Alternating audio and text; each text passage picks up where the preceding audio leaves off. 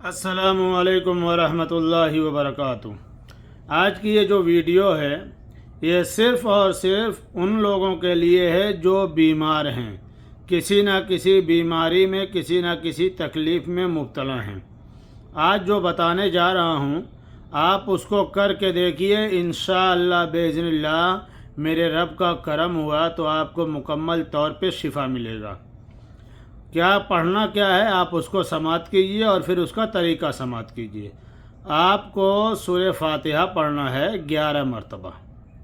پڑھنے سے پہلے 3 بار درود پاک پڑھیے گا، پڑھنے کے بعد 3 بار درود پاک پڑھیے گا، یعنی اول آخر 3 بار درود پاک پڑھنا ہے آپ کو، اور 11 مرتبہ سورہ فاتحہ پڑھنا ہے۔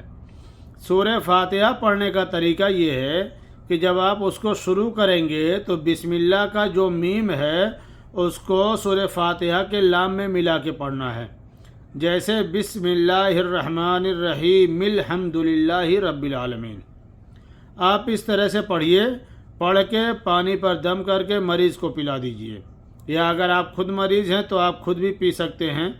آپ اس کو کر کے دیکھیے، انشاءاللہ چاہے وہ کوئی بھی بیماری ہو، میرے رب کا کرم ہوا تو اس سے انشاءاللہ باذن اللہ آپ کو مکمل طور پہ شفا ملے گا۔